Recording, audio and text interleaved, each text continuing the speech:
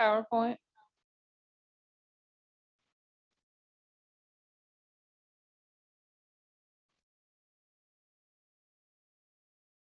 Test, test.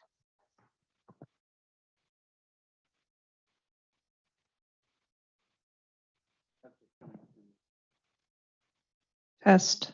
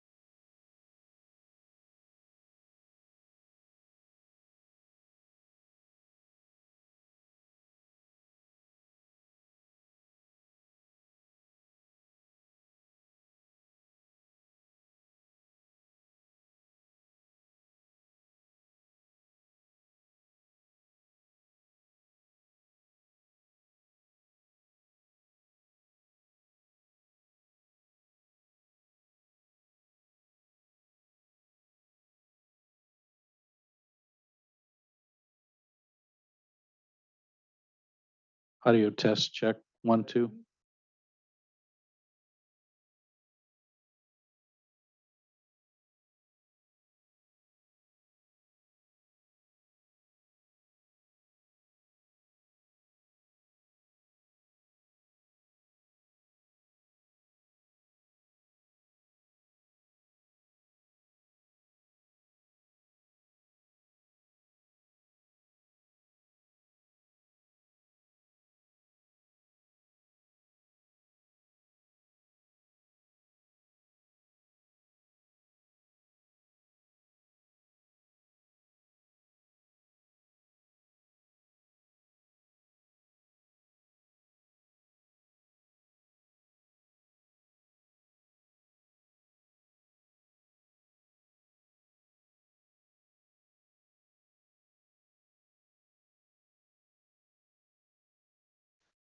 Audio test check, 1, 2.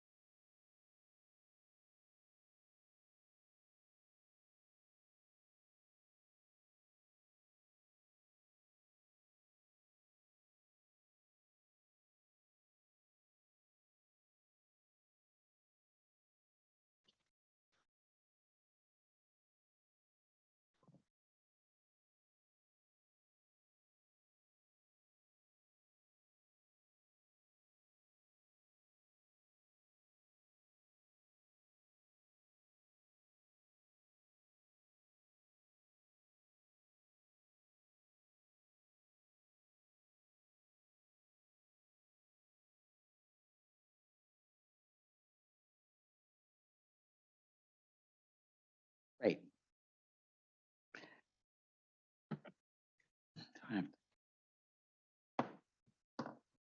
evening and welcome to the July 18th, 2022 meeting of the Shawnee Planning Commission. I am Commissioner Peterson and I will be chairing this meeting. We will do the roll call at this time. Commissioner Beanhoff is absent. Commissioner Willoughby. Here. Commissioner Fox. Here. Commissioner Norman is absent. Commissioner Bakta. Commissioner Nunnick. Here. Commissioner Lucky. Here. Commissioner Van Wellingham. Here. Commissioner Aber. Here. Commissioner Hollick. Here. Thank you, and please join us in stating the Pledge of Allegiance. Pledge allegiance to the flag of the United States of America and to the republic for which it stands, one nation, under God, indivisible, with liberty and justice for all.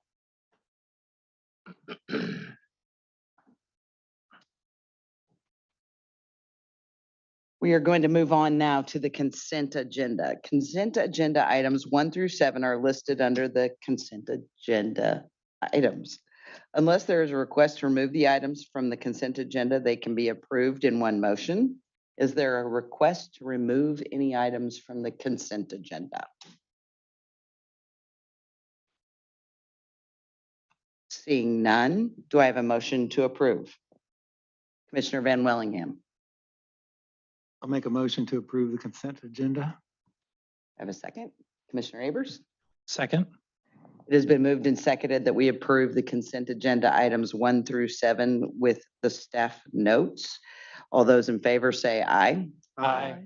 All those opposed? Nay. Oh, never. I believe that was a full house, unanimous. Motion approved. Moving on to new business. Just glad I'm not the only one. Well done.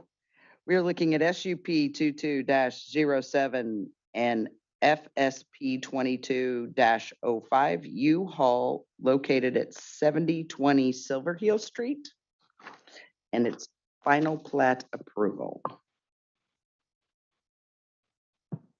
Good evening, Lauren Grassoff, Community Development Department.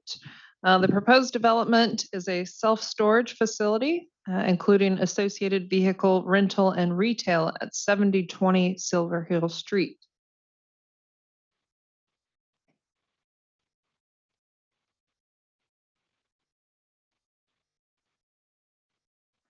The self-storage operations require approval of a special use permit in the CH or Commercial Highway Zoning District.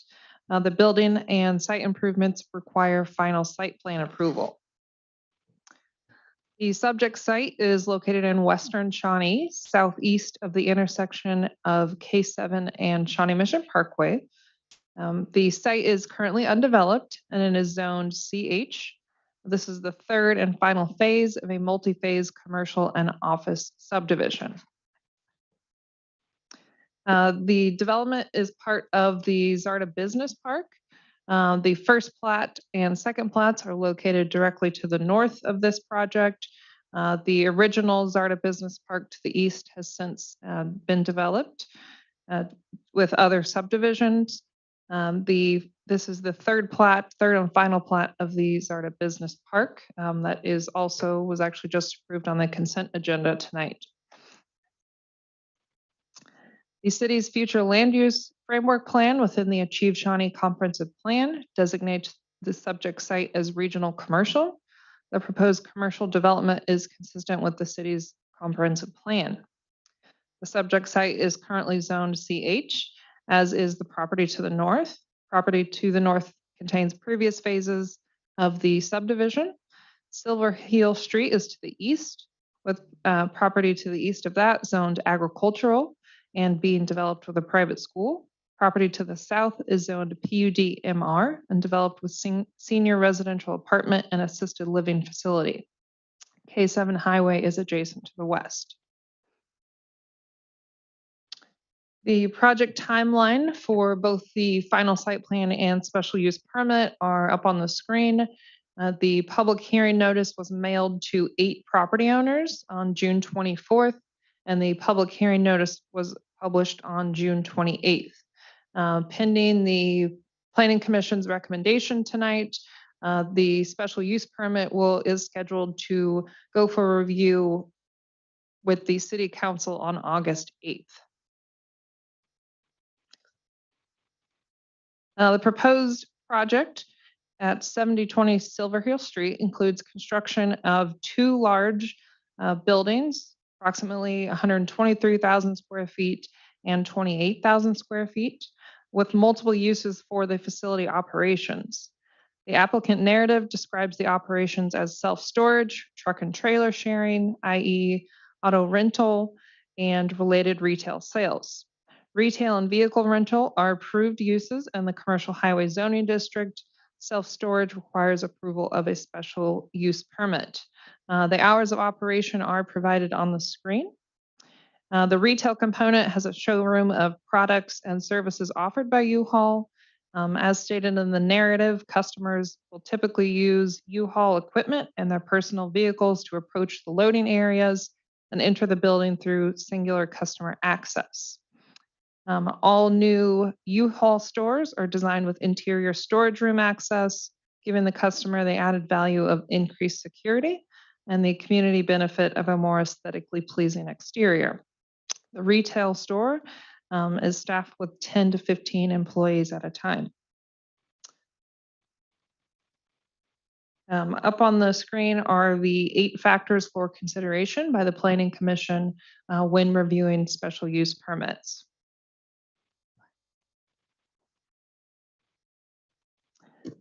The final site plan review for the project, again, as noted, includes 2 storage facility buildings, including vehicle rental and retail. 2 proposed buildings are included on the 8.1 acre site. Building A to the north is approximately 123,630 square feet, and Building B to the southeast is 28,628 square feet. Site includes large areas of surface parking for customers and for truck and trailer rental parking.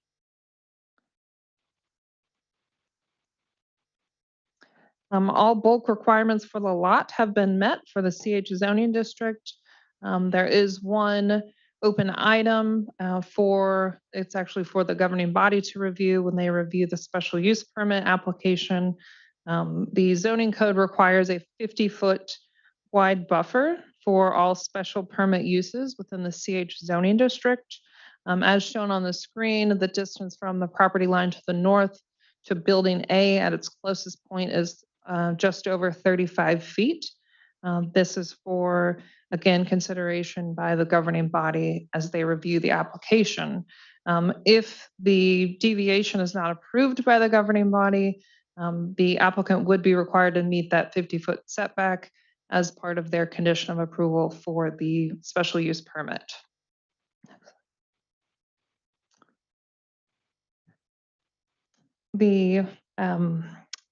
As far as access and circulation on the site, access is from 2 commercial drives off of Silver Hill Street. Circulation has been provided around both buildings and through the entirety of the site. The proposed points of access are acceptable for circulation and public safety purposes. Per the zoning regulations, storage establishments require 1 parking space for each 2 employees based on the largest shift capacity and 1 space per 1,000 square feet of gross floor area, or whichever is greater. This would require this facility to have 152 spaces for the self-storage buildings and an additional 8 spaces for employees based on the largest shift capacity of 15 persons.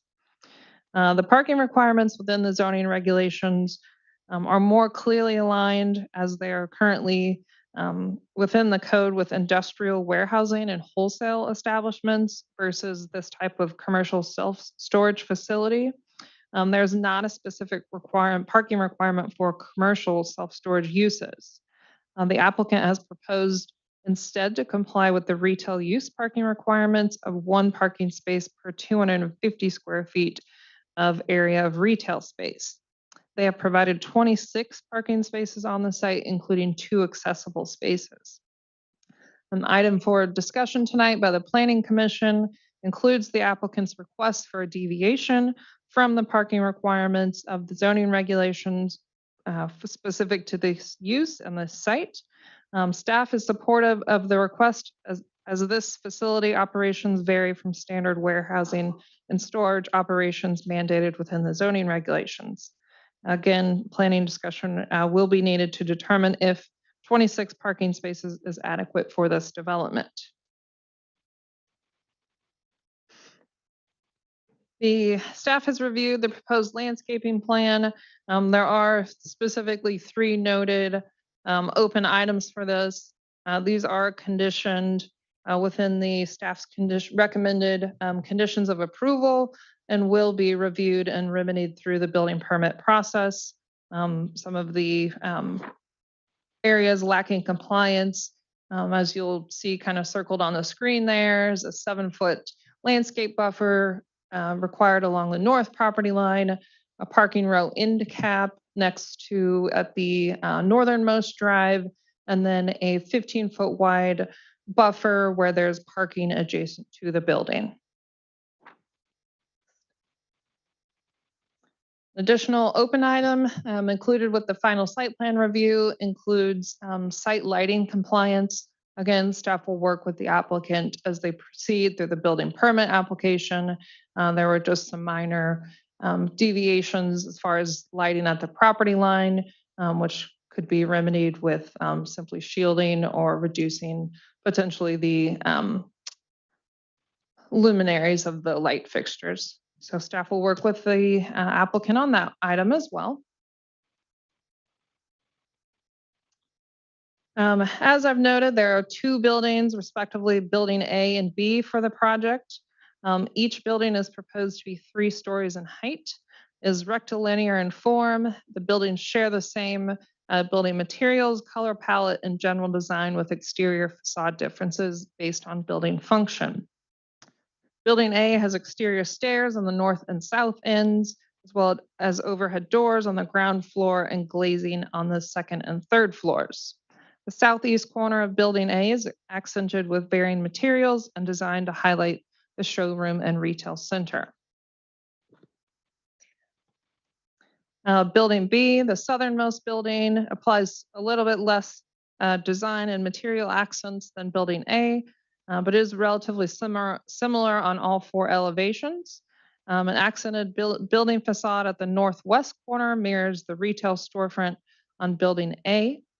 There is somewhat limited glazing and exterior building access points on Building B versus Building A.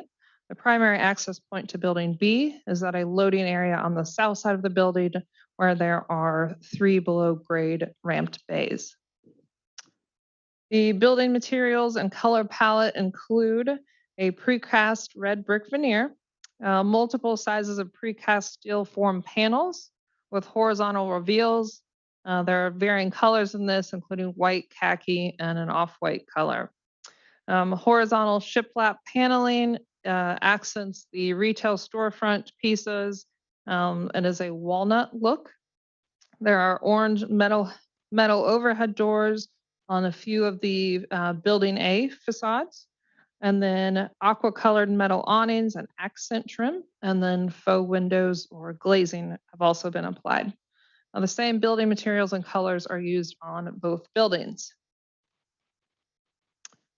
The proposed architecture and building materials are consistent with the commercial design guidelines. A number of quality design and material features are employed to break up the uniform shape and large scale of the buildings.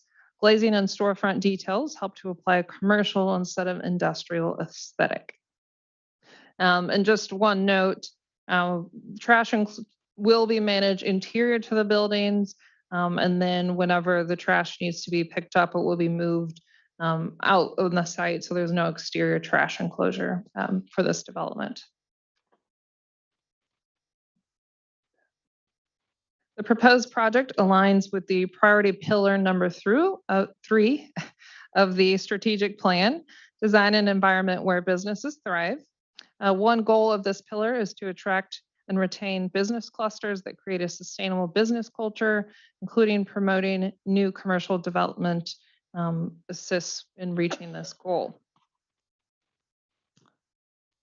As noted, there is one open item for planning commission discussion tonight. And staff recommends approval of both the final site plan and special use permit. Pending resolution of the noted open items, staff notes that the proposed project is compliant with the city's comprehensive plan, zoning regulations, and commercial design regulations.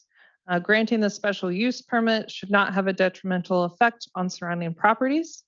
Staff adds that the proposed use aligns with the surrounding commercial development, and the nature of business operations means comparatively less intense vehicle traffic trips and somewhat limited hours as compared to other permitted, possibly high volume commercial uses within the CH zoning district. The Planning Commission has final authority for approval of the final site plan project. Special use permit requires final approval by the City Council. Pending a recommendation from the Planning Commission, project is tentatively scheduled for consideration by the City Council on Monday, August 8th. And the special use permit review tonight does require a public hearing. And that's the end of my presentation. Thank you, Lauren. Is the applicant present online?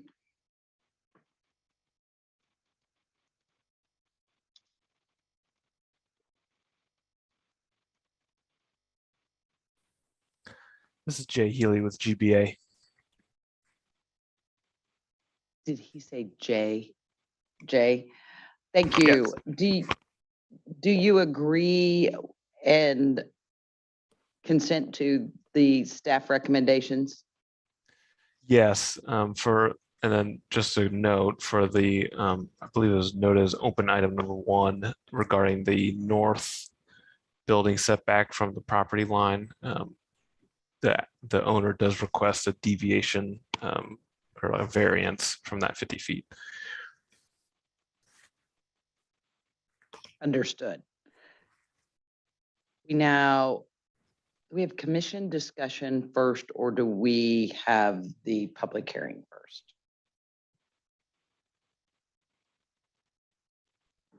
You can do it either way. I would say maybe public hearing first, and then if you have discussion based on any comments from the public hearing. Moving to the public hearing for the special use permit for 7020 Silver Hill Street for the U-Haul buildings. Are there anyone online or in the audience that would like to speak to this matter?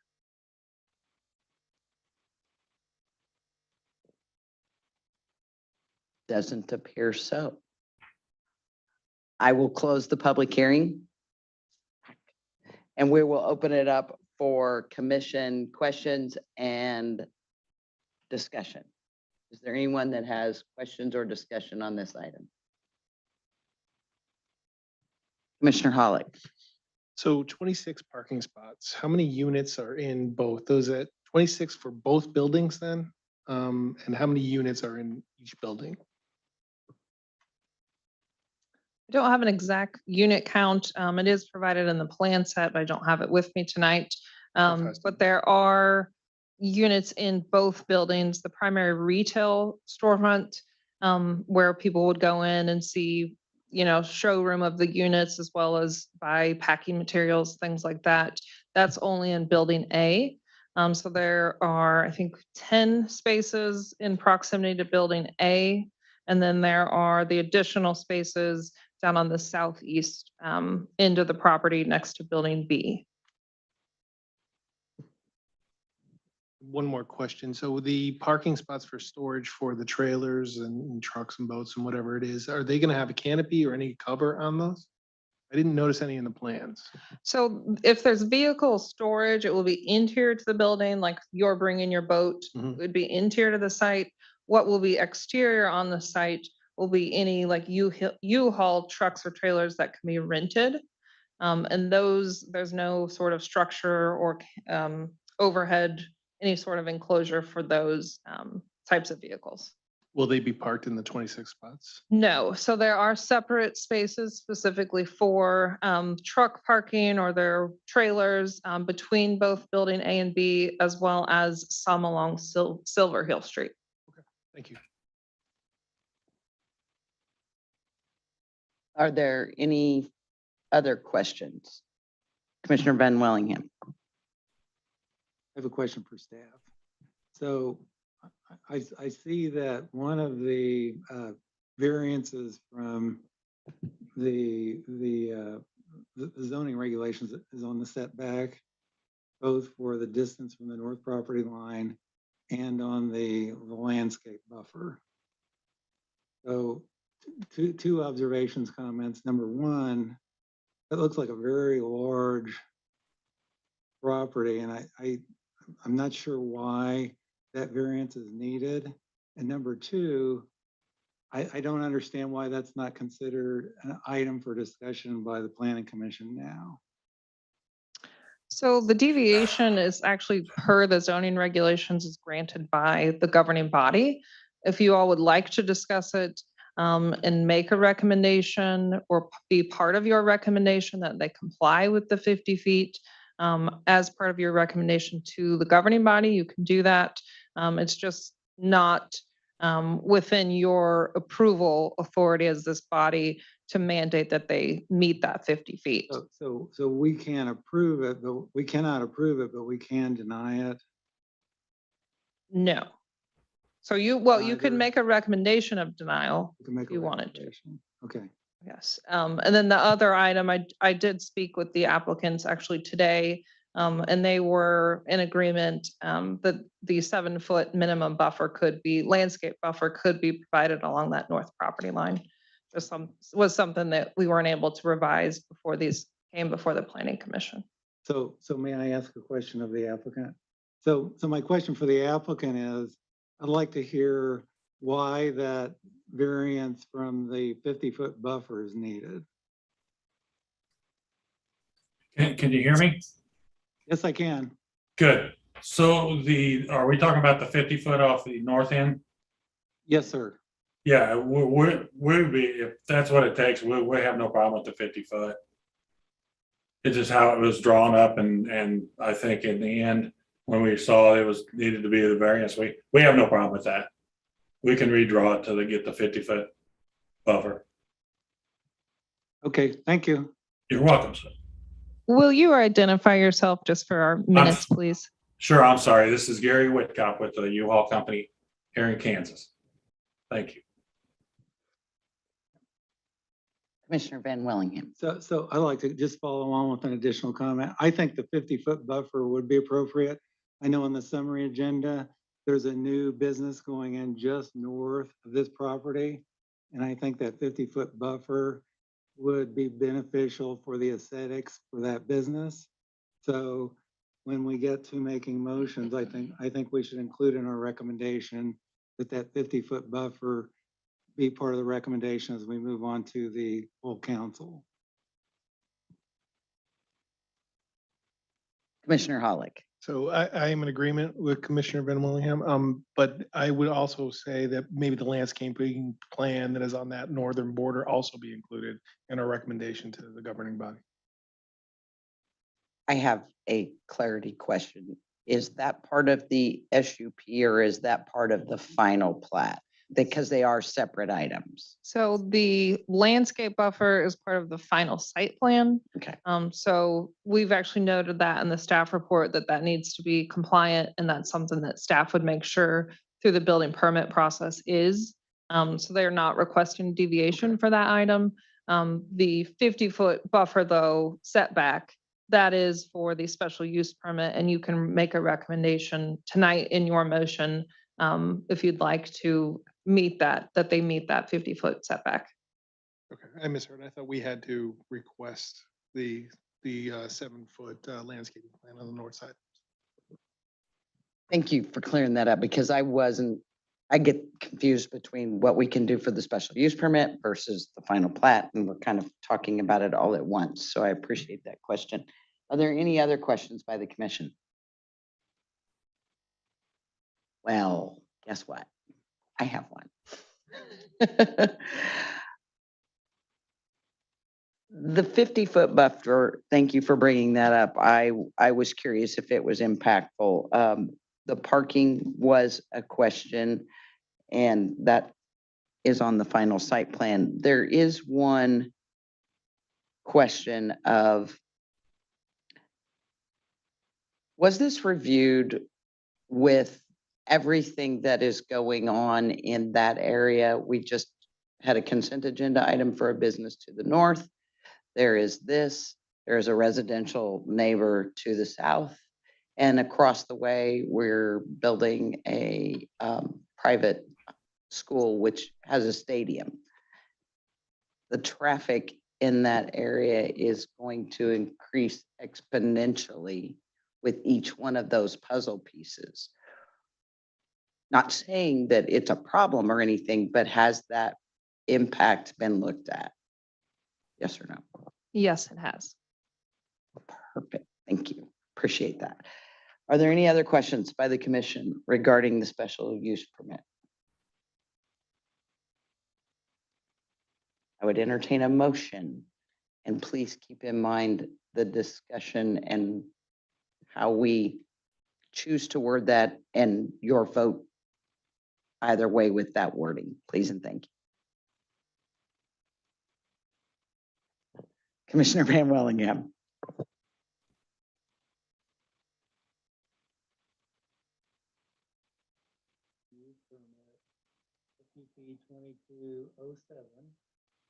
Subject to the conditions outlined in the staff report, with the recommendation to the governing body that the final SUP include a requirement that the building comply with the 50-foot setback requirement. Commissioner Fox. I'll second that. We have a motion and a second with a recommendation. All those in favor, say aye. Aye. Those opposed? SUP passes with recommendation. Moving on to the final site plan of the U-Haul 7020. There's not a open hearing for this? Yes. Yes, you may. And this is for the staff also. So for the site plan, if we have final approval for the site plan, doesn't that address the site plan that it incorporates the setbacks, which we just made a motion on? So it is contingent on the SUP approval. And if the governing body, whatever decision they make to do with that 50-foot buffer would essentially make the final site plan contingent on whatever is approved with the SUP. Does that make sense? Sort of, but it sounds like almost like we're getting the cart before the horse. Should the site plan approval address the setback?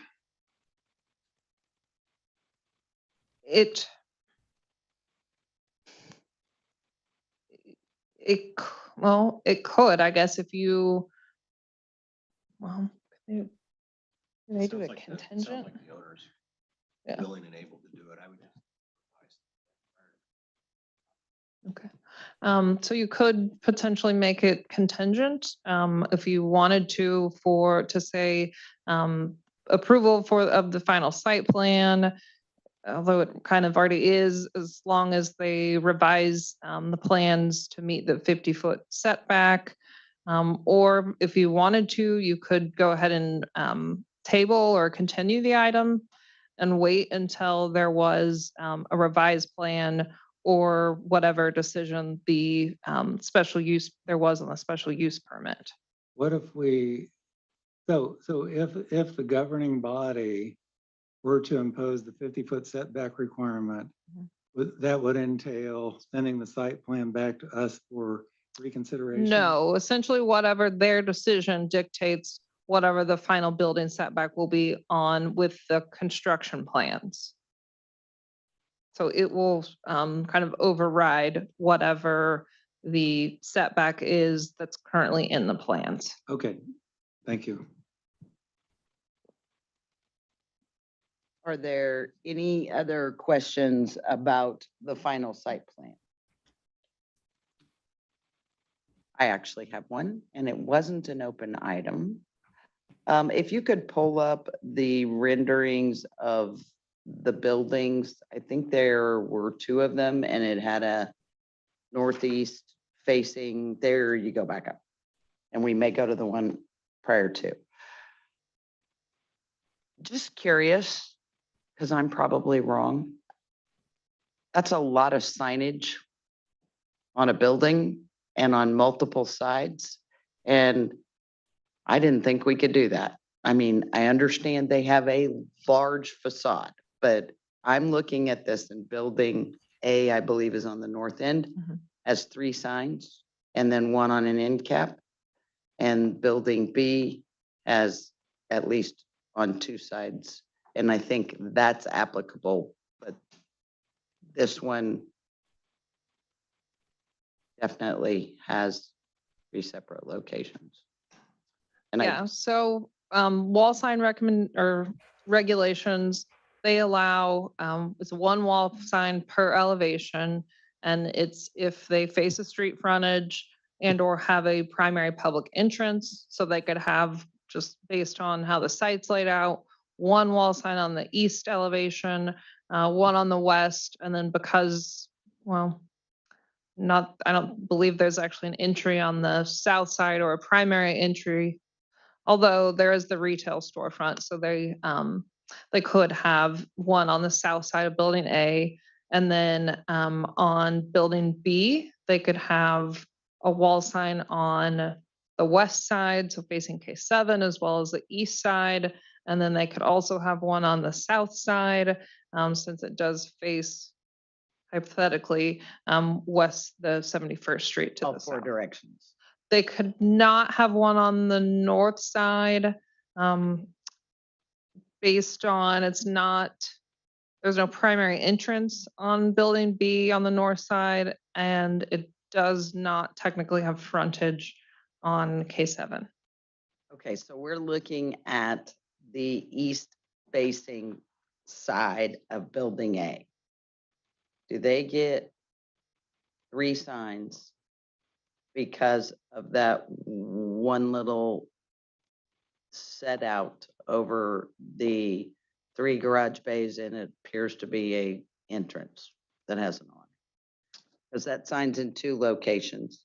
And then you go to the other end of the building, and then there's actually 2 signs. There's the U-Haul logo and then boxes. And then you move to the south end of that building, and that's I get it and I understand, but did we bend the rules here? So signs are not approved as part of the final site plan package. They're not even reviewed. That's something that's done administratively if they meet the sign code.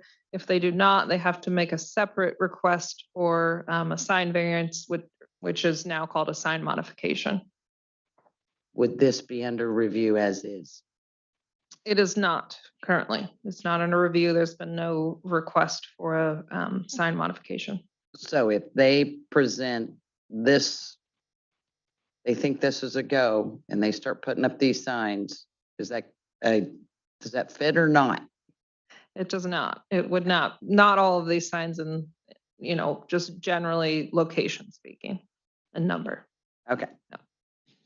Thanks. Appreciate that. Okay. Are there any other questions about the open items? Yes, Commissioner Nunnick. Procedural question on just what was discussed there. So you're saying this is really for more just an example of what the building's gonna look like. Sign reviews are done with the staff during the building design or at some point in the process to meet what is the rules that govern signage. Yeah, so sign permits are handled, it's not even through building permit, it's a Right. separate, it's its own permit. Those are reviewed administratively. And if there are any deviations or modifications that the applicant requests, that has to come to you all. And that comes to us Mhm. at that time. Thank you. Any other questions about open items such as setback, parking, landscaping, site lighting? Yes, Commissioner Abers. Okay, I'm pretty certain that we've already covered open item 1 with our recommendation. And if I get it right, 3 through 6 are going to be handled by staff. They're just being noted there because it's like, well, this was wrong, we didn't have time to fix it, we wanted to get it before you. So really the one that we have to talk about is parking. I think just based on what everything that's been said and presented, 26 sounds like a good number. And I think there's a lot of room in there that if they really needed more, they could potentially mark some more up later if need be. But does that seem reasonable to everyone? My question is, this is a unique store. It's not like you have somebody drop you off, you pick up your U-Haul trailer, go do your thing. It also is a storage facility, but we also know that the most time you spend there is when you are either parking your boat or you're picking in, dumping off all your boxes and then going home. It's not like you're staying all afternoon. So I would think that those parking spaces would rotate rather quickly. My only concern is they did mention that, yes, they're designating parking between the two buildings, but they would also be using the parking spaces on Silver Heel, and I thought that was part of the 26. That was what I needed clarification for. There are others available. Okay. By the way, Lauren is nodding her head as in it was not what I thought, for the record. Yes, Commissioner Wilby. So this is a drive-in storage facility. So you drive inside the building to unload your boxes or park your boat or anything. So, I mean, 26 is plenty, I would say. I mean, what are you going to be doing? Why would you park outside and haul your boxes inside? You know, or whatever. You need your steps. Hmm? You need your steps. Yeah, right. Commissioner Ollick. Commissioner Willoughby stole my thunder there because it is 26, right? But it is a drive-in facility, which you noticed during the signage discussion. So it's really more than 26 because there are going to be people that have drive-in. So not necessarily just 26 is what I saw. Yeah. Any other discussion by the commission? Questions for staff or the applicants? I would entertain a motion for the final site plan.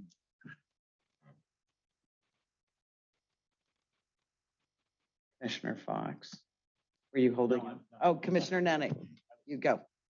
Well, everybody else had the discussion, but I'll go on and do this.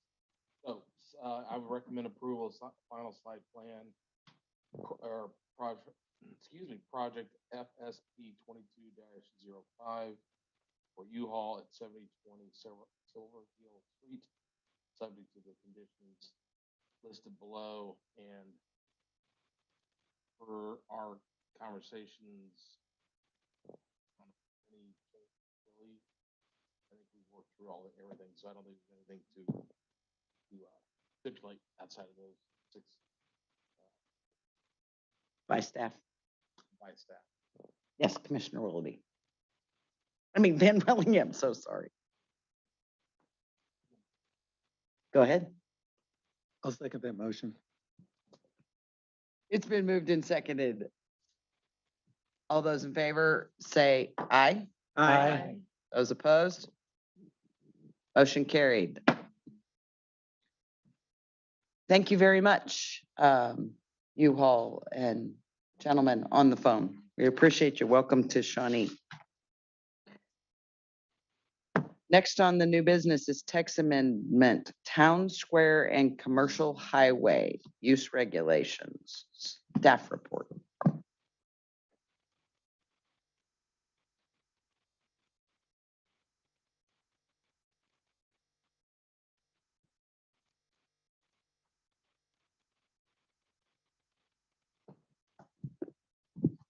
All right, good evening, Lauren Grasshoff again. I am actually just going to introduce this topic to you all, and our planning intern Pierce Turcott is going to do most of the presentation tonight. What we are looking at is just a few changes to our land use regulations, and these are specific to the town square, so our downtown zoning district, as well as our commercial highway overlay district, which is essentially the gateway along Shawnee Mission Parkway from our east city limits to about Flint.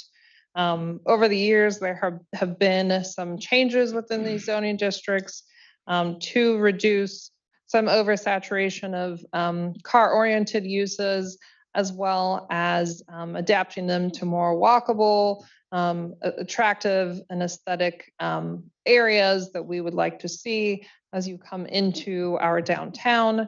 As you all know, we've made also a lot of changes with our design regulations, many other accommodations that we've made downtown to make it a unique and interactive place. So I will let Pierce take over from here. He'll give an overview of our current regulations specific to the land uses we're looking at changing, what we are proposing, and then also a new land use category. So. Hi there, my name is Pierce Turcott. Like Lauren said, I am the planning intern for the Community Development Department. And I'm just going to go through some research that I did comparing Shawnee's land uses for these automobile-oriented uses and compare them to similar cities around the Kansas City metro.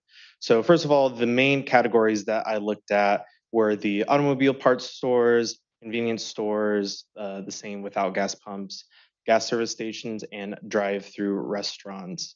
The P designates what's permitted, and the S designates what's a special use permit. So as you can see, what is currently zoned in Shawnee's CH's commercial highway overlay and TSQ is the town square.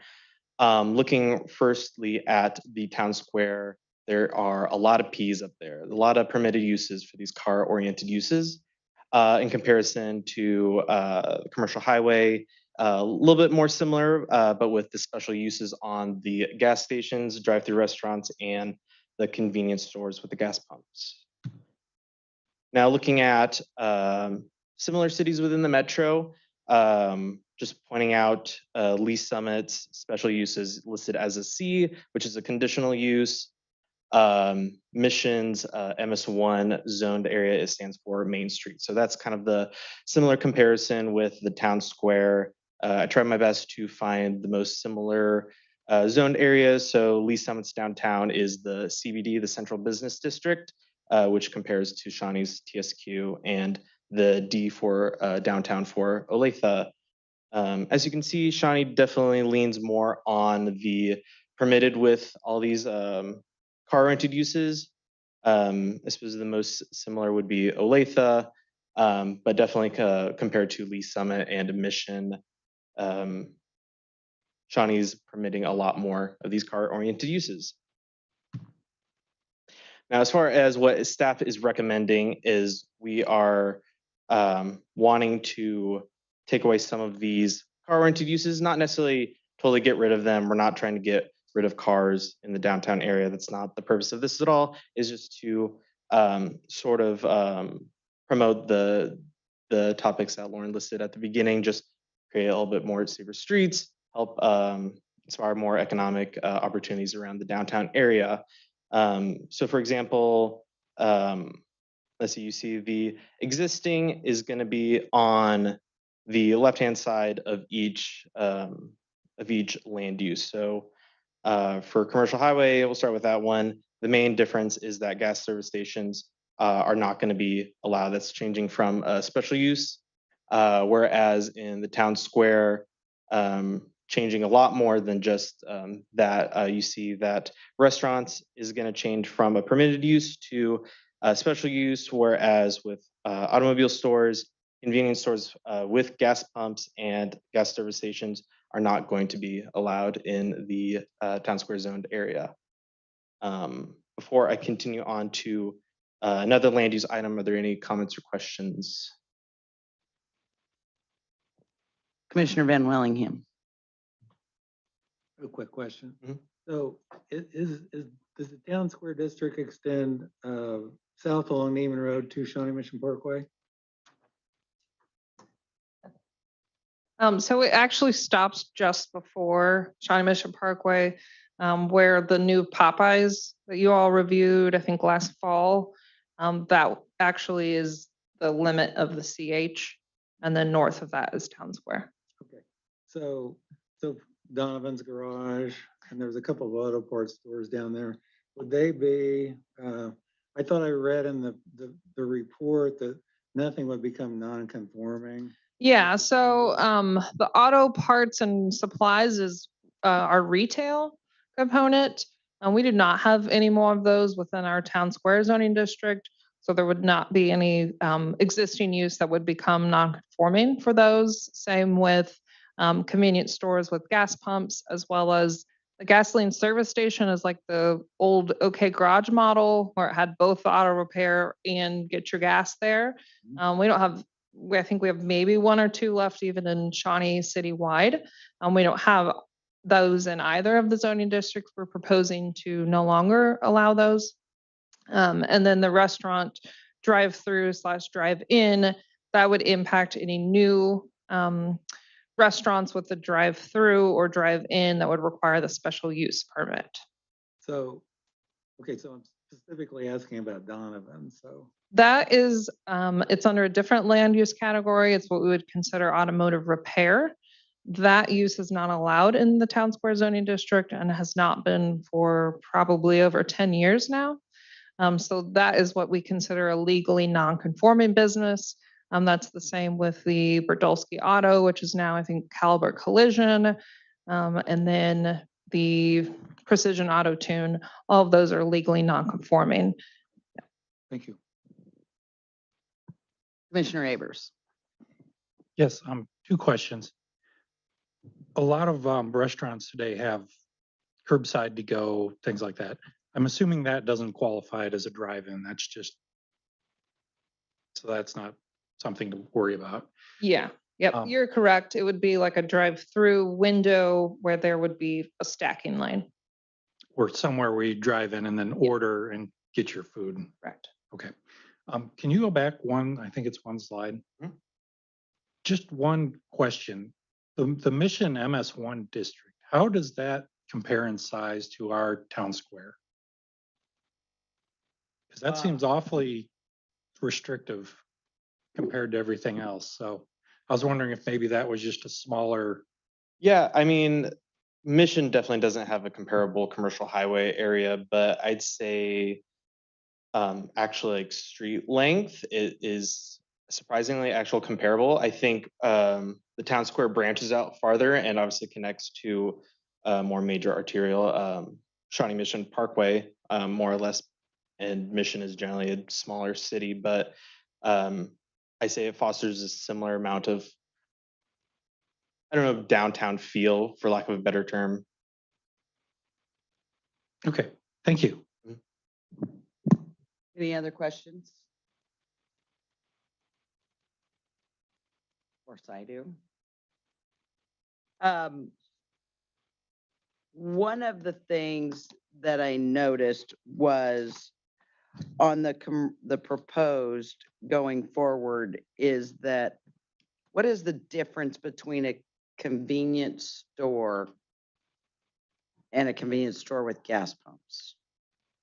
So I think the main differentiation is that you can see maybe like a Walgreens, like a convenience store that doesn't offer gas, whereas most Quick Trips or similar gas stations are going to offer some sort of food or retail service outside of just the gas pumps. So Walgreens, because they have a pharmacy, but they wouldn't be able to do that because that's a drive-through. As well as, I mean, yeah, so the convenience store, I just looking for that umbrella. So Walgreens, we would generally consider more of a retail establishment, is how we consider those. We understand those have drive-throughs. This doesn't restrict drive-throughs necessarily.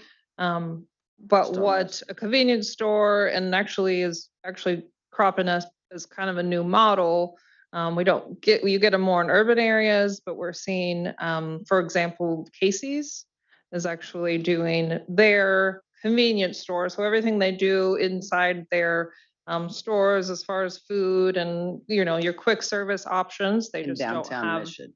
they don't have the gasoline pumps. Right. And part of that, just kind of the impetus towards that is that generally, which makes sense, you want people to see your gas pumps. It's a quick, a lot of times it's a spur of the moment, or, you know, as you're driving by, those are out front towards the road.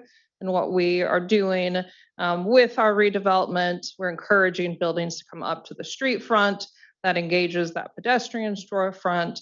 So really kind of the goal around, it's not necessarily the gas pump use itself, it's kind of how those sites generally lay out and the type of interaction that it really just encourages that automobile to pull in, you get your gas and you leave, and there's no sort of long-term interaction with your customers and draw to the local area. So can you tell me why we are putting those kinds of restrictions on commercial highway? So that's actually already a special use permit in the commercial highway overlay. Generally, those are to make sure that they're look at the surrounding uses. So the quick trip that went in at Goddard and Shawnee Mission Parkway, we look at, you know, obviously it's close to residential, so we're looking at noise, screening, how your operations work. So you're saying that one would not be permitted or would had to gone through special? It did get a special use permit, and we're not recommending changes to that. Okay, so moving on down commercial highway, we recently approved Knockbar out closer to Woodland to do a service type of, That's Place. automotive sales, and that's not in the commercial highway No, this- overlay. No. This is not a sales. They were going to do, it was, Or I think that was sales and repair, I think is what Yes. that was, but that's in the commercial highway district. The overlay district is from our east city limits to essentially Flint Street yeah, but you're looking at commercial highway over. overlay. Okay, because I was like, wait a minute, that extends a really long way. We got a lot of road that's impacting. So. Right. Yeah. Out on commercial highway, but I was getting the O confused. So how far does the overlay go? Shawnee Sure. Mission Parkway. Yeah. Thank you, staff. But I also want to know how far it goes that way. To the city line, She said all the that way to also. Flint.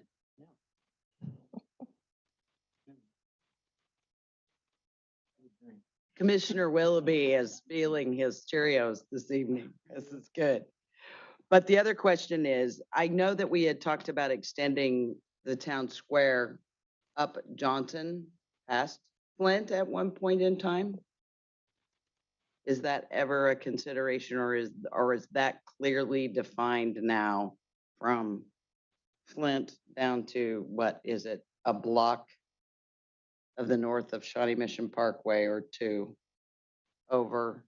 How far does it, how big is that rubber stamp that we're talking about, just to be absolutely certain we don't stumble over something? Yeah, so I don't want to say will it never expand. Can't answer that. But right now, as far as along Johnson Drive, the town square goes from, testing me here. I think it's right about, I think Goddard to, and then west to, I think it's probably Flint.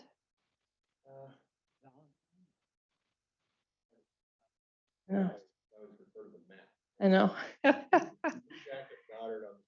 I think it essentially covers the southwest corner of Flint. So where there's the former chiropractor's building, and then it became the, I think it was an arts It covers that, and it covers the site just next to it, which is a manufacturing facility. It includes that. It does not include, it does not go to St. Joe Church, And, the school.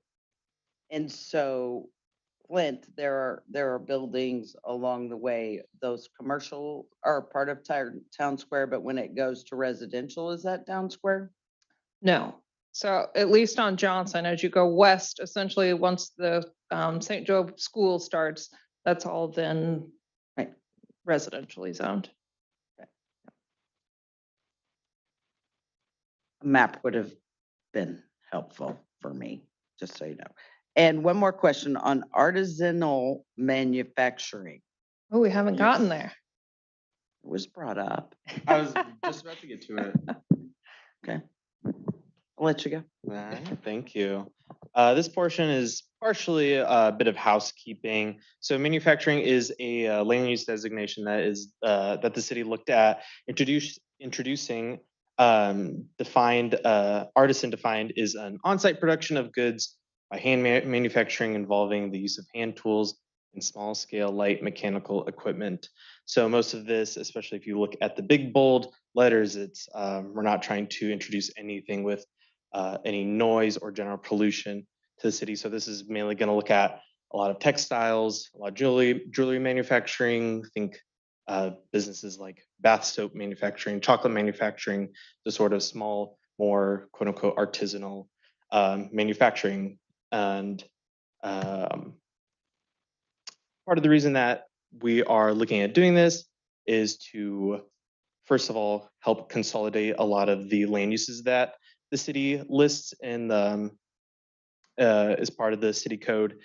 This will help consolidate, but also we're looking at introducing this in the town square and downtown area, primarily through the introduction of a business storefront specifically. So we're not just allowing these smaller light industrial businesses into the downtown area, but also requiring a storefront aspect part of it. This is a big part that's coming into downtown Kansas City. If you've been to any of those style businesses, the exact cap would put these the manufacturing aspect at 2,500 square feet. So they're not going to be big areas. They're not, again, not producing much tangible noise or any pollution. This would primarily help encourage more economic activity within the downtown area. Currently, it's only permitted in the planned industrial zoned area. And I think that's actually all I had to say about that. Yeah, the general would just be introduced a lot of these smaller artisanal areas and help kind of consolidate what is exactly listed in the current land use code.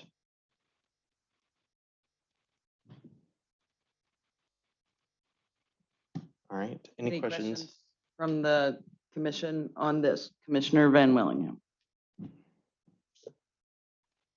Sorry, I'm asking so many questions tonight, but I like it. so I really like this idea of permitting and maybe we're even encouraging artisanal manufacturing per se. Mhm. I think I guess I have some questions about the restrictions there. So when I think of maybe the type of district that maybe you're going for by permitting something like this, I'm thinking of sort of the Crossroads District in Kansas City, Missouri. I know a lot of those places, you're going down alleyways and people are opening, they have a pottery facility and a garage door.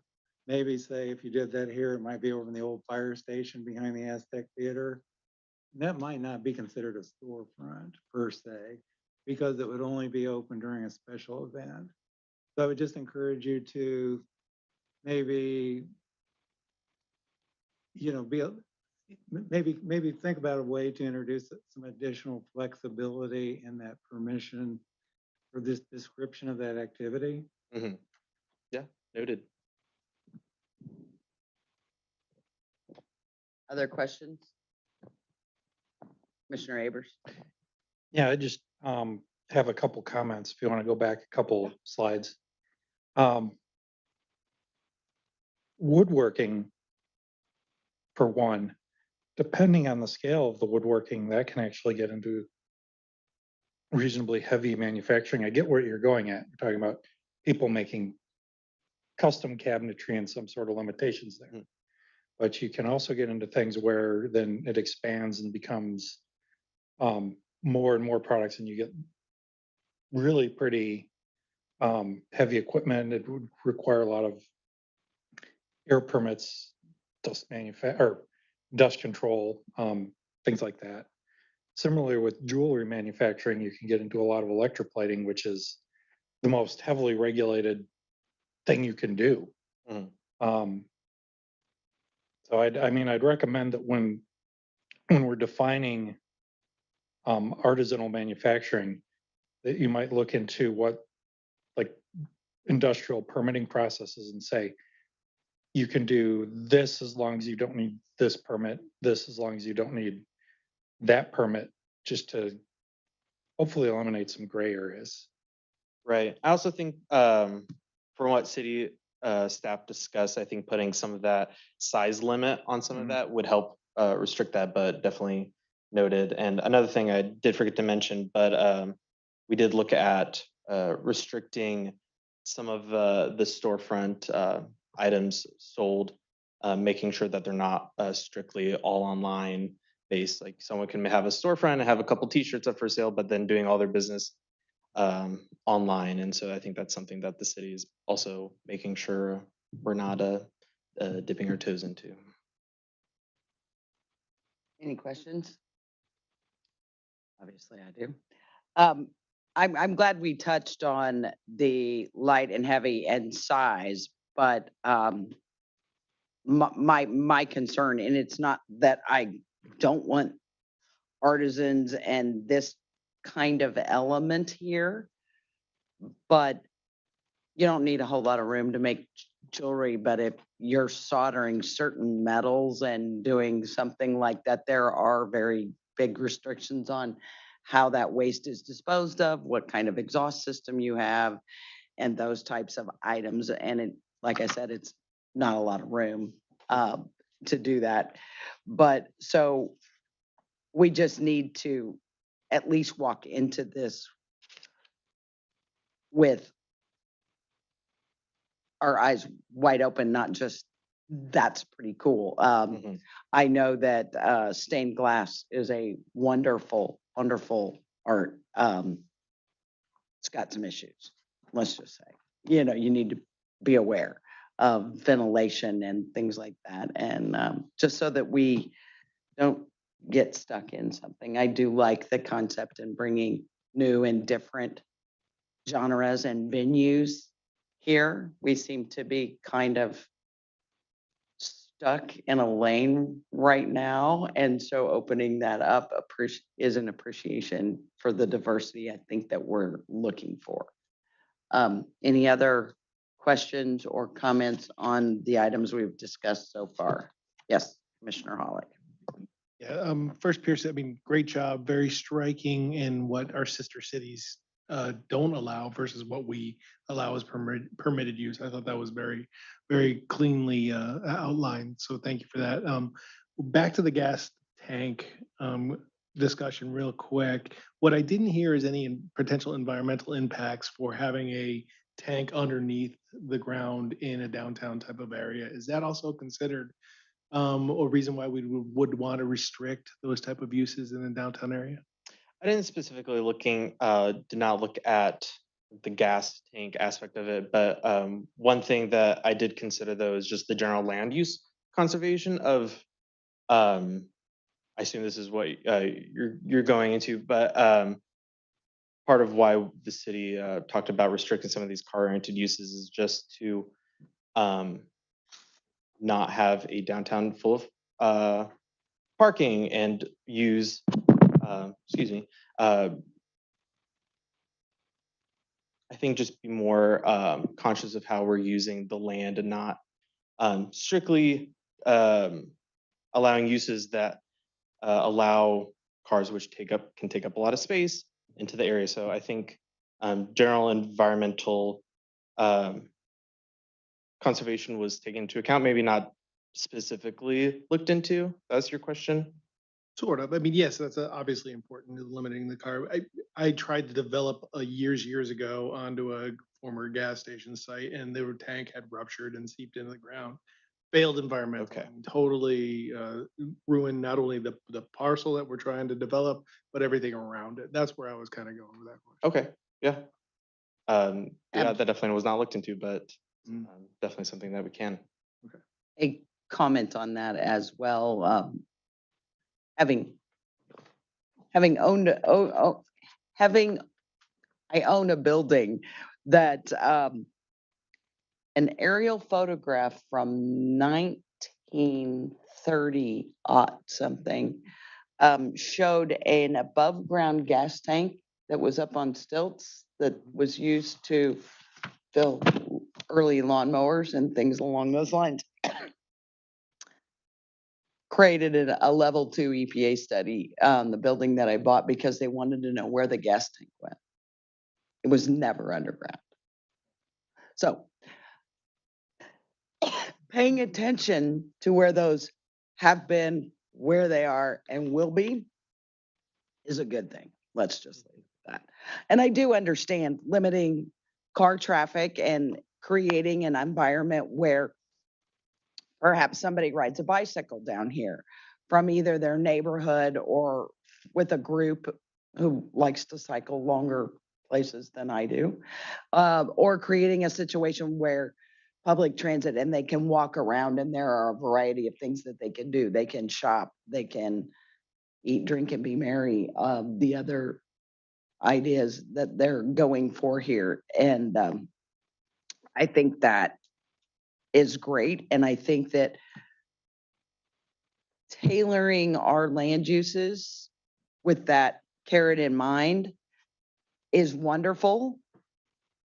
But I would also like to caution this commission as well as staff that we can't get there if we deviate, if that is truly where we want to go. So if somebody wants a special use permit because of this, we need to, so keep that in mind when we're writing these things in the vision that we have. It may sometimes be unpleasant to get there. So keep that in mind when you ask for recommendations. Thanks. All right, if no one has any questions, I'll just point towards the next steps. Obviously, before this, we got feedback from our downtown partnership. Got feedback from them. We are seeking feedback from you as this is a workshop discussion. We are planning on setting a public hearing for August 15th Planning Commission meeting, followed by further discussion and a tentative City Council meeting on September 12th. Thank you. That concludes my discussion. So this is Lauren. I'll just qualify that. So if you all are comfortable with the general direction of the text amendments tonight, you can go ahead and make a recommendation to set that public hearing for August 15th. You can still do that if you would like to have additional discussion. We can do that on August 1st. That's entirely up to you all. And then based on if you had a public hearing on August 15th, we would take that to council then on September 12th if you were comfortable with moving those recommendation for the text amendments forward. A suggestion on those things would be a map. Because I'm challenged that way, Commissioner Willoughby. And the other thing too is I noticed in the notes that you were looking to add more of the examples of what an artisanal manufacturing would be. And I really liked the fact that you are leaning towards the storefront is actually a viable retail location, not just a space to display your online business. So I appreciate that. Does anybody else? Yes, Commissioner Van Willingham.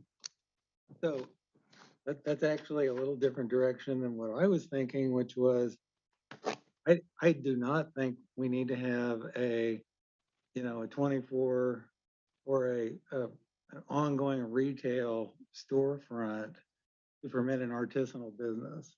For instance, I'm very familiar with downtown Shawnee, and there are a lot of spaces within 3 blocks of here where you could put things like a ceramics, small scale ceramics manufacturing space, for instance. And that might be without a retail storefront, but it could be opened up for a special event like the Moonlight evening that we have here in Shawnee, or a First Friday type event. So I don't know what the rest of the Oh. commission thinks. But No, my follow-on question is, do we need to articulate or formalize any kind of recommendation along those lines? If you are or do want to deviate significantly from what we've recommended, then providing us guidance in that direction, whether it be that you don't have to have a storefront, maybe that becomes a special use permit if that's something, if you don't have the retail storefront component, or perhaps maybe, and we could maybe discuss this piece at the August 1st meeting if we still want to look through the artisanal, just kind of thinking through maybe if it's a space that doesn't necessarily have a street frontage, or because I'm kind of thinking like your example, the storage garage is what it is now off of Barton. And there's the back of the old Mission Garage.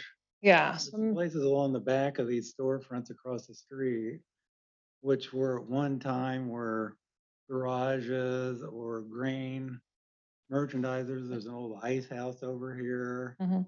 There's this, there's a lot of old buildings around down here that So- could be. Yeah, and probably the easiest way, because there are those instances where we have kind of unique sites and unique buildings, Mhm. probably the easiest way for to give direction would be a special use permit if it doesn't have that retail storefront. If you all would like to move in that direction, that's something certainly you could recommend.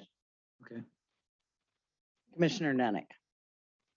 So I guess the intent of the presentation was to create the idea, the concept of we want to welcome more, what I would call artisanal manufacturing, which at the end of the day, it's artistry type, whether it's pottery, whether it's painting, whether it's jewelry or whatever, small scale, where it encourages people to come shop on a small scale basis. I think that sums it up. And what you're saying is if there's anything that's presented or any proposal by a potential owner or business owner that would deviate beyond that, it would come to us for discussion as a special use permit or something like that, correct? If you would like to go the direction of Commissioner Van Wallingham, then you could make that, we could essentially make it like two use categories. So if it's artisanal manufacturing with a retail storefront within 2,500 square feet, that could be maybe a permitted use. If you wanted to make a second option with a artisanal manufacturing without the retail storefront, then that could be potentially with approval of a special use permit. That could be something you all could. Well, actually, where I was trying to go with this is not overthinking. I Okay. think this is completely where we've gone on this. So Yeah. that's what I was trying to do, is to button this up to where we can present it as, to me, I just think if somebody was sitting in this and heard this conversation, they'd go, dear God, I'm not going to do this because we're all over the board on this. So I think the intent was to present a concept of encouraging this type of. So if there is a concern, which I don't say there shouldn't be, how is that to be addressed then going forward? If somebody does want to open up something that would not be appropriate, how will that be? I don't want to create a system that somebody's gonna go, well, I'm not sure what they really want. That makes sense? It seems we've just kind of discussed this thing into a circle. And I'm trying to just I think I clarify. understand your idea of simplification, Yes, and I don't know that this simplifies it, that it would be just in general artisanal manufacturing of whatever sort within maybe 2,500 square feet is a special use permit. Again, though, that requires your review, and that's a public hearing process, and that doesn't necessarily no, simplify. no. I think where I was going was if staff deems it to be a not fitting within appropriate use, Mhm. then you would bring it forward to us. Not every not every proposal. Which is something I think we could work around, but we would have to set some form of parameter around that in order to essentially provide a trigger in whatever instance or instances. I don't That think it we know would- what those things are, to be honest with you. We Right. can So throw that, I mean, we could name work on that, and maybe this is an item we bring back, specifically the artisanal manufacturing piece on August 1st. as We I wanna, said, I'm not trying to make this more difficult. I'm trying to make this simple. yeah. So, Okay, now I have Commissioner questions. Abers, you're next. Yeah, I was just kind of thinking maybe we go the other way, like in the planned industrial, just a permitted use. But when we're talking about around here and around downtown, we just make all of them special uses so we can review them, because you talk about things like stained glass. It's like, I can list it off. You don't want leaded pigments. You don't want cadmium pigments. You don't want this and that. And we can put all those in the special use permit for downtown, because it's going to be a lot harder to control that sort of pollution, if you would, in a small area where you've got a lot of surrounding business places, as opposed to in a planned industrial area where you can get all your permits and have all your equipment, and you don't have to worry about extra noise, and it's easier to get power. Then there's just a lot less risk, because you don't have kids walking up and down every moonlight market. Now, oh, look at this tasty, sweet lead dust I just ate. So, I mean, yeah, it adds more to the whole process, but I think in general, we're pretty, we don't usually give people asking for special use permits a hard time about it. So, oh, this is all awful. So that might be just an easy way to smooth it out. And as we go along, we can go, maybe in a few years, once we get the hang of what people are going to recommend, we say, yeah, these aren't really problems. They're permitted, and these would be, still need a special use permit. Commissioner Fox. So I want to go the opposite direction. Wouldn't a permitted use cover that? I mean, isn't a permitted use something that you guys permit? So, and actually, kind of as you talk about some of these storage of chemicals, ventilation, a lot of these are actually covered, what would be required under our building code. So based on the use type of the building, we would be, even if they're doing no changes to the building, but they're changing from a retail use type or a restaurant use type to a manufacturing, that would be something that they would have to get a permit for. We would have to do reviews, code reviews, fire code, building code. That is something that we could somewhat control with building code, as far as, materials, ventilation, noise, things like that, that are kind of built within that code.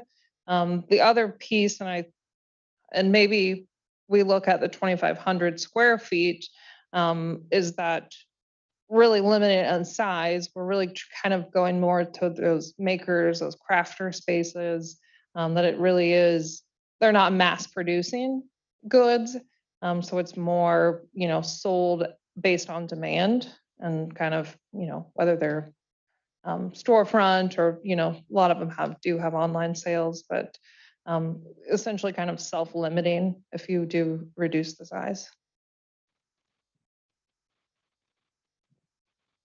that was my question. If it were just a permitted use, you guys would have to look at all that before they open the store, right? So adding it as a special permitted use would just mean that they have to bring it to our committee. That kind of seems like more work than it's worth. So if we just say, yeah, they should be permitted and the city should look at them and decide whether they need extra ventilation or lead remediation or whatever, right? That's where I was at. Commissioner Willoughby. Thank you. So I got a question about the 2,500 square feet. I mean, that seems like a pretty good area. I mean, what do you think, Leo? Doesn't it? Yeah, I don't know how many spaces we're gonna have. That's gonna be. But maybe that is, I agree, I guess. If you want to do some downside.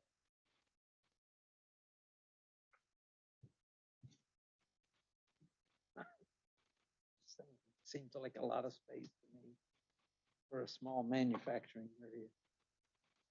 Commissioner Abers. Yeah, I mean, that's gonna depend again on what you're building. If you're building cabinetry, you want a lot more space. If you're gonna make small pieces of jewelry, you're not going to need that big a space. I think size is gonna be a bit more naturally self-limiting. If you're making something small, and you don't need a lot of space.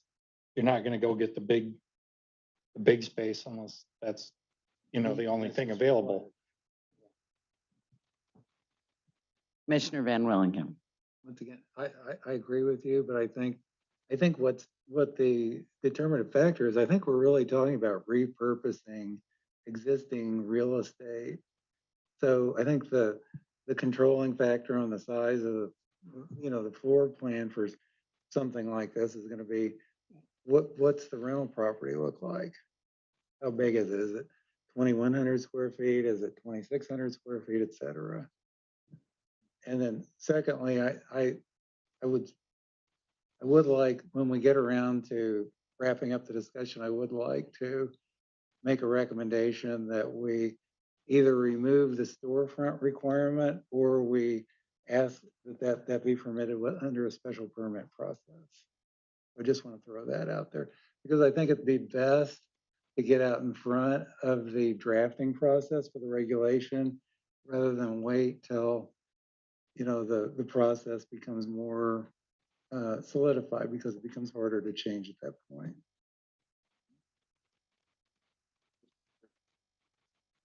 Commissioner Nenick. Maybe I misunderstood. Does it require a storefront? It does, yes. Right It now. does require a storefront. I thought- Right. I'm sorry. Yeah, so what I could do as well, I just took some notes here. We have very similar uses, like adult beverage manufacturing down here. We can look, I mean, we have those permit records, so I can just pull some numbers. We've got a, place that makes chocolates. So we could pull building permit records and kind of get a better feel for what actual square footages are for the manufacturing spaces in those buildings.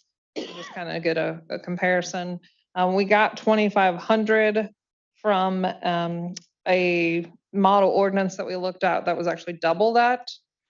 It seemed, especially for the size of spaces we have, 5,000 seemed like too much. And you're going to get more employees in there. It's kind of gets out of that mom and pops. The person that's doing the retail is also doing the manufacturing component. So we did reduce it, but we can take a look at kind of what our current practices are and try to get a feel for that square footage. Commissioner Willoughby. Hearing all this discussion, I kind of think that Abers, right, Commissioner Abers, you're going to try to find the smallest place you can, depending on what you need. And so I kind of agree with 2,500 square feet now, and just let it go, Right.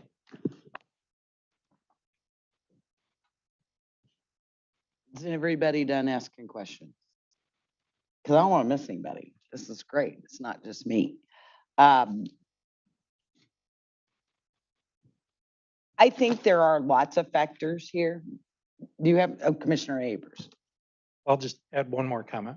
Whatever we do, just make sure you guys are happy with your ability to control, basically control these operations, just because you might get the one that's a bit bizarre. And the last thing I'd want to do is create a situation where we've got like just all the people in white suits running around downtown and having pictures of that and all the papers, and it's like, nobody will want to go here. It's, I mean, I really think the idea of having manufacturing here and as an additional draw, fantastic. I can't be more supportive of it. And as someone who works in the chemical industry day in and day out, it's like just be careful, because there's a whole lot of booby traps that you can fall into that you don't necessarily think of. So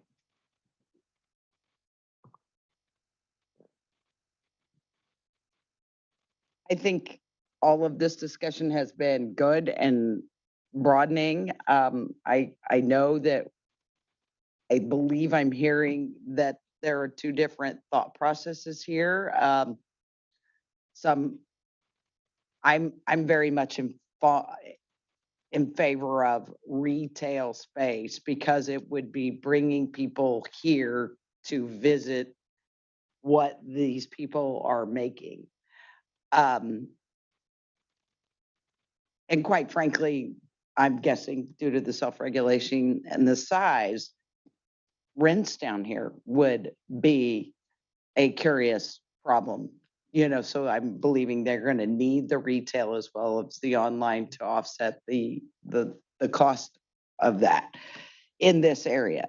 The one thing that I am incredibly cautious about is that paying attention to what we want to do here, not only for the chemical and byproduct aspect of it, noise as well, but what is to stop somebody from buying a piece of property and scraping the land and putting some sort of whatever on it if it doesn't have a retail element to it? You could buy a couple of these houses up on Barton, or whatever. Just saying, because all part of the town square district, they could, do those kinds of things. So just focus on really kind of what you would like to see from the surveys you've heard and what you guys know and this, and say, yeah, I think we should have this, but maybe that type of thing needs to be more commercial highway versus town square, or without a retail storefront, or things along those lines. So but I think it was a good discussion and a lot of open ideas and thoughts and cautions, and good luck to you putting all that together. Would we like to have any type of proposal of your next steps, and who wants to word that? Commissioner Abers. okay, I'll give this one a shot. I would move that we set a public hearing for the August 15th Planning Commission meeting.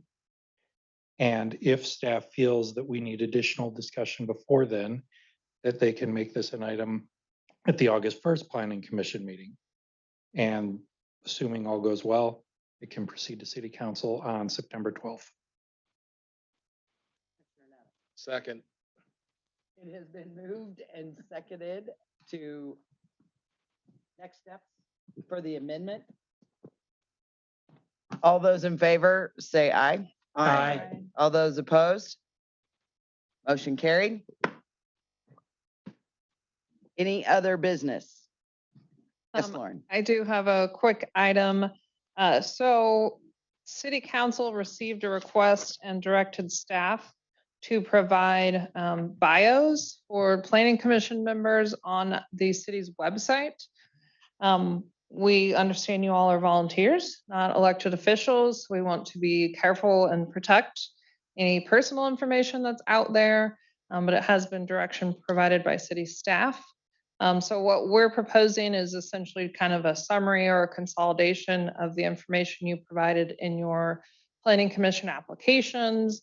So your general profession, maybe how long you've lived in Shawnee, just some generic information that staff would pull from those bios. And then we would have all of you review your bio before we publish that to the public. You have the option if you would choose to. It's not required. If you would not like your bio or any pieces of the information published, we do not have to do that. That's just the direction staff has been given. So we just wanted to give you all a heads up. We'll be pulling that probably in the next week or two and be sending you your specific bio and any changes you have. We'll send you that via email. I'm guessing that, I am guessing that if you have questions or concerns or comments on whether you want to participate in this request, you can address it to Doug and the rest of the staff. Yes. Is there any way that you cannot participate? Yeah, you can opt out. Just let us know. Shouldn't it be a all or nothing though type of thing? Or no? Okay. I hate to ask this question. What's driving this? Where'd this come from? Well, I know that. No, I wasn't there. They're gonna get rid of the people they don't like. That's what- Honestly, it just came up during the process for appointments since the last meeting. I think the idea is that your positions are very important and you have a lot of important duties that you perform for the city. And I think there's just a curiosity of the general public of what maybe kind of your backgrounds are, what your interests are, those kind of things. That's kind of what I read from it. I don't have anything nefarious in my background that I'm concerned about it. I just more concerned about the motivation for asking for it myself. This is Not something that staff initiated. It's everybody initiated. This is a concern of mine, and I'm going to voice it in front of everybody. And I do know that we talked about this, about the kind of, not indoctrination, but, learning 101, planning 101, and what has been done in the past and what has been done recently and how things are changed or not changed and how in depth they are. And I know that we have asked for additional learning to happen over the years. I just remember very distinctly when I had my planning 101 and got a 3-ring binder and all sorts of things, was that I was cautioned very specifically to this was a volunteer position, but it was not about me. The planning commission's role is very clearly defined. It's not arbitrary. It has to do with the codes. It has to do with the guidelines. It has to do with things that we are given the box and we then get something, we see if it fits in the box or not. It's not about opinion. It's not about what we want. It is not about this. It is operating within the narrow lanes that are provided to us. And if we're actually doing that, I see zero need, because one of the things that I was also told was people may find out you are on the planning commission and they may talk to you, they may email you, they may hunt you down, they may do this. And with being as anonymous as we are, that has happened. I mean, I have had people come to my front door. I've had people walk in my business. I have had people find my email or message me on Facebook, and I have the same answer as I'm a volunteer. I sit on the planning commission based by their vote and the mayor's recommendation. That's all I have to say. But I think this will open us up to more controversy, more input, and more misdirection is my concern. I would just say more to come on this. I will get you the questions or however they're going to format whatever the information is. And if you're not comfortable with it, obviously you are a volunteer and you have the ability, I believe, to opt out. But we'll consult with you more. It's not going to just suddenly appear on a website, and certainly no phone numbers, email addresses. Yeah, but certainly none of that on our website. That's already been discussed. And bringing up, I had one little item. Welcome, Amit. We've had our 101. We talked about the 3-ring binder that I used to pass out. A lot of that information is kind of dated now. We don't even know where the digital formats for that information is. And so what we've talked about doing actually for all of you is creating a single email to all of you that will have some very useful links. A link to our zoning code, a link to sections of the code about plats and those sort of things. And so that way at your leisure, if you have some downtime and you want to read about subdivisions and rules and regs and things like that, obviously you were all heavily involved in the Achieve process, but links to our website to some of our documents and things, I think it would help you a lot. I know that we've been wanting to do some additional training. I think the first one that we're going to do, I've been trying to work with Kevin. I was gone, he's been gone, to get him in here for the traffic 101 that we had been talking about. And we want to do that here in the next month, hopefully. I think he's going to be back. I took a couple of days for some travel with my daughter. But I think now that we're getting into July, it'll be time to at least start the first one. And he's really wanting to do that for us.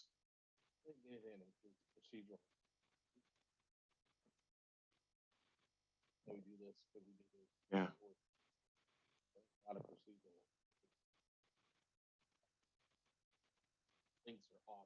Yeah. That was my little bit of under business. Sorry. He stole my thunder. I'm kidding. I was going to welcome Commissioner Bostock to us. Welcome to the circus. Thank you. Because the week that I'm here, it's a circus. When our trusted leader, Commissioner Beanoff, is back, it's much smoother. So thank you for taking this on. I Thank you. appreciate that. Are there any other questions before I ask for a motion to adjourn? Mr. Abers. Yes, I just have one thing. Pierce, good job with your presentation. Very well done. Congratulations, yes. Commissioner Lucky, Yes, yes. motion to, A motion to adjourn? yes, please. I make a motion to adjourn tonight. Commissioner Willoughby. I second the motion. It has been moved and seconded that we adjourn the July 18th of 2022 Planning Commission meeting. All those in favor say aye. Aye. Those opposed. At 9:10. Vote.